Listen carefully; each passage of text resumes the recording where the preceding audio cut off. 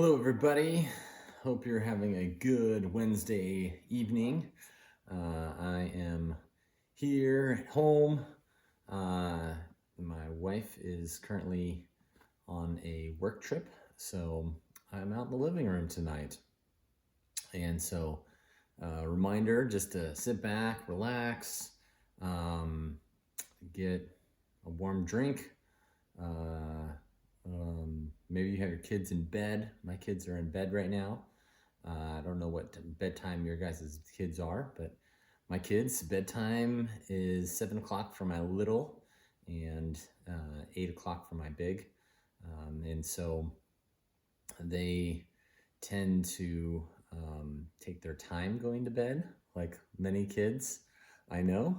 But I just wanted to kind of make this an opportunity for us to kind of just chat and talk about things when they're in bed or not. If they're not in bed, it's okay. They're welcome to join us and hang out with us.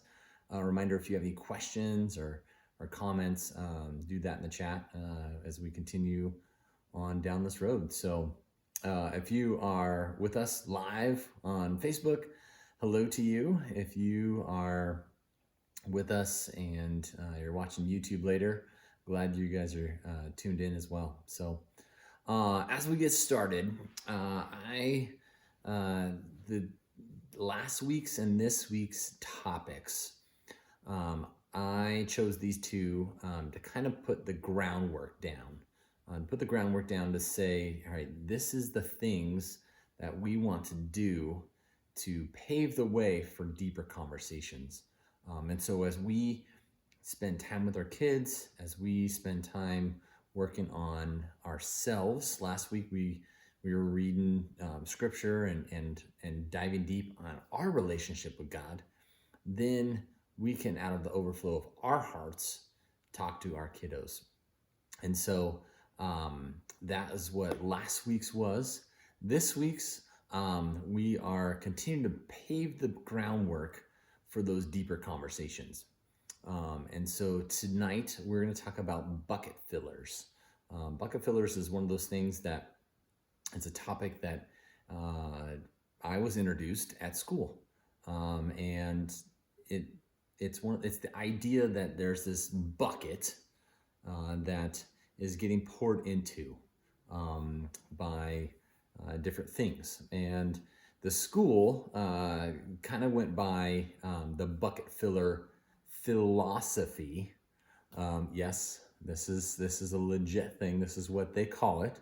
The philosophy is to help people of all ages live happier lives by growing in kindness, self-control, resilience, and forgiveness.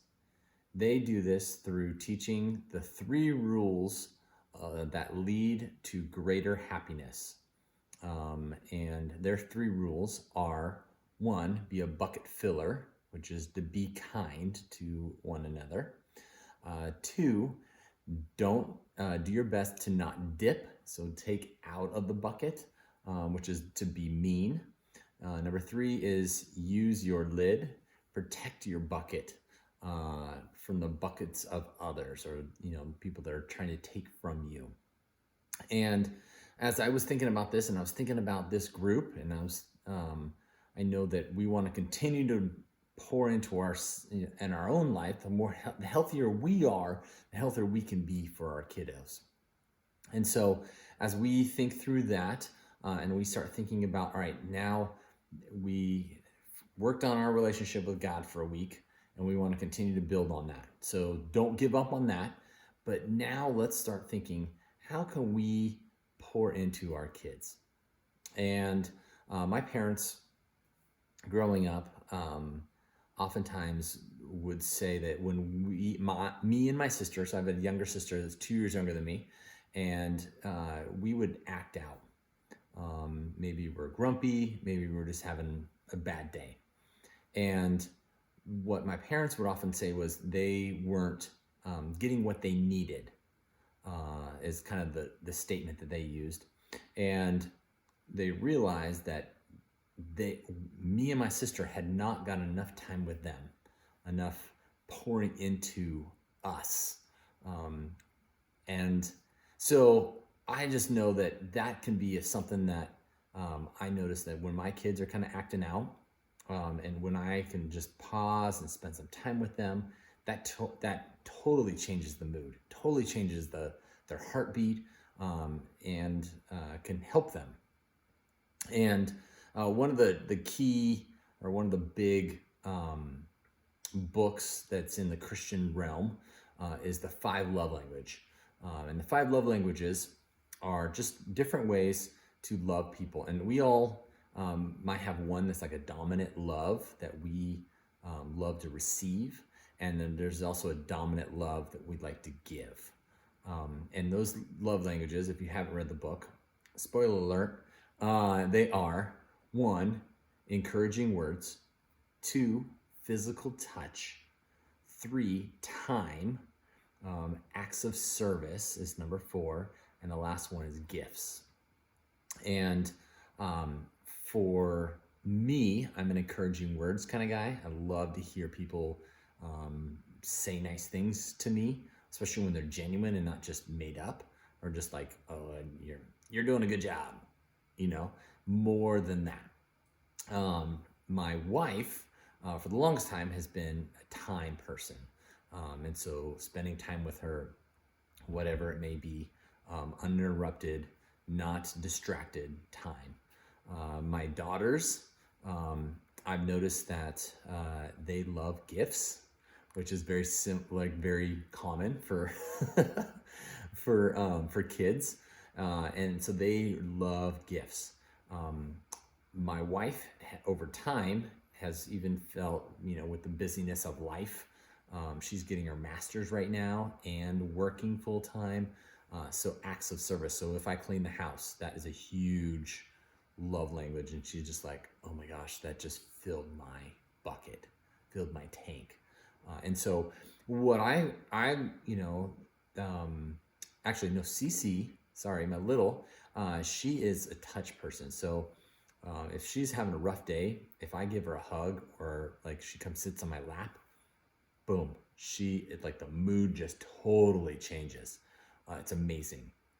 And so as we think about these 5 love languages, and think about that, let's think about how we can use those to fill our kids' buckets. Maybe a first step is figure out what your kid's bucket is. Like, what is their love language? What do they love the most? It should be pretty obvious. Now, granted, every kid wants gifts. My kids are counting down the days to their birthdays already. And they're also counting down the days till Christmas. So they definitely love gifts. But those gifts might not fill their bucket, might just kind of just put a drop or 2 in it. But those times that are uninterrupted, those times that are you're going deeper with them.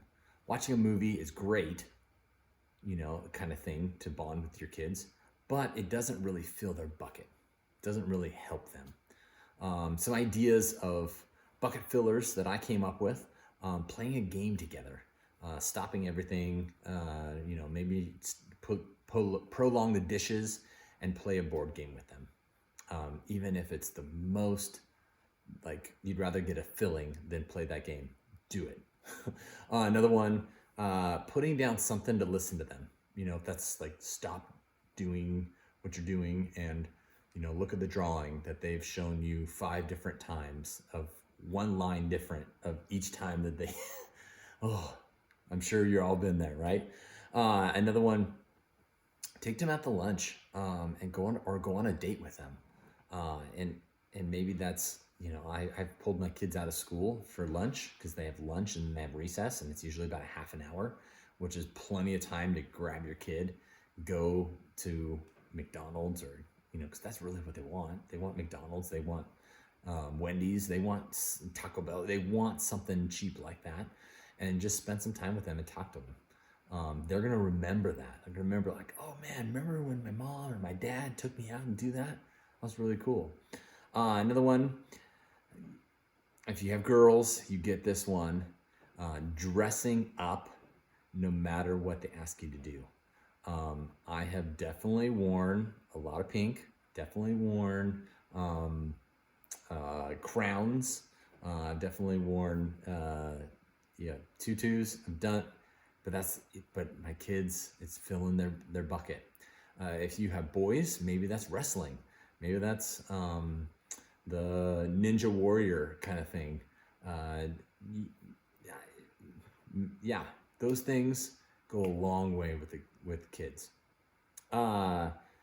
Maybe if your kid's a touch person, have them sit on your lap, have them come, cuddle with you when you are drinking your morning coffee or watching a movie together. Another one that I have gotten away from is write a note and put it in their lunch. So maybe if your kid packs a lunch, put a note in there. And then the idea is to get down at their level and enter their world. So maybe they're playing make-believe or dolls or G.I. Joes or Lego, whatever it may be. Get down and play with them. Enjoy it. Play by their rules. Even though it might not make sense to you, it'll mean the world to them. So as we go, a reminder, let's those things are short periods of time. Short periods of time. I'm talking like some of these things are like 5-10 minutes that are going to go a long way for us to have a deeper conversation later. And so let's continue to pour into this foundation of feeding ourselves spiritually and building the trust and the respect of our kids so we can have those spiritual conversations in the in-between times, which reminds me of the in-between times is our topic next week. Hope you guys have enjoyed this time. Let's fill our kids' buckets. Let's fill them and let's notice. Let's see, how are they behaving this week? How are they doing? Are they active in loving and interacting with us, or are they kind of like still need more filling? I mean, we harp on our kids a lot to get dressed. We get them to eat and get out the door at a time that they actually will get to someplace on time. But what if we were to take some of those moments and pour into our kids and put down our phones, talk to them, put down the dishes, that's going to be done later, or cleaning can wait, and take that time to pour into them so that way we can have those deeper conversations later.